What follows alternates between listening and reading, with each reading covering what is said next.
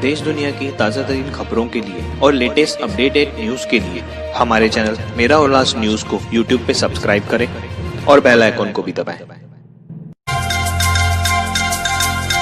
श्री राजेंद्र सिंह बुल्लर महाराज जी को जन्मदिन की हार्दिक शुभकामनाएं। नमस्कार दोस्तों, मेरा उल्लास न्यूज़ में आपका स्वागत है। यूटीए ने फिर एक काम अपने हाथ में लिया। लोगों को बड़ी बिलों की राहत दिलाने के लिए ऊर्जा मंत्री से 50% छूट की मांग की है। पत्र देकर, ईमेल कर, ट्वीट कर। आइए सुनिए दीपक शतलानी जी से क्या कहना है उनका इस विषय में। लाइट के विषय में आपने कुछ पत्र व्यवहार किया है, क्या है ये सब विषय? कल 16 अगस्त को हमने महाराष्ट्र के जो ऊर्जा मंत्री हैं, एनर्जी मिनिस्टर, जिसको लाइट का मिनिस्टर भी बोला जाता है, उनको हमने ट्वीट किया है और पर्सनल पे उनको ईमेल किया है। उस लेटर में हमने मांग की है कि जो बिल्स आए हैं लाइट के, फिर वो घरगुती हो, घर का बिल हो, कारखाने का हो या दुकान का हो, 4-4 गुना, 3-3 गुना, 2-2 गुना बिल आए हैं सबको। जितना बिल रेगुलर आना चाहिए, जिसका 8,000 रुपया 4 महीने का बिल आना चाहिए, उसको 40,000 रुपया बिल आया है लाइट का। सब लोग बहुत परेशान हैं। तो ये हमारे पास यूटी के बाद बहुत व्यापारियों की शिकायतें आ रही थी। एक वो विषय था, हमने उसमें मांग की है कि 50% जो बिल है उसमें रियायत दी जाए।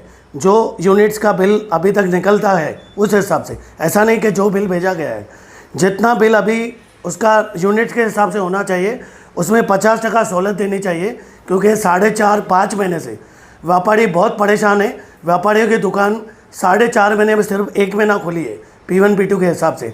आज P1 P2 कैंसिल हो गया है, लेकिन यूटीए की तरफ से हमारी ये मांग है कि 50% उसमें सहूलियत दी जाए और महाराष्ट्र सरकार को ये डिसीजन लेना चाहिए। ये पूरे महाराष्ट्र की तकलीफ़ है, सिर्फ उल्लासनगर की नहीं है, लेकिन उल्लासनगर की तरफ से हमने मिनिस्टर साहब तक आवाज़ अपनी पहुंचाई है।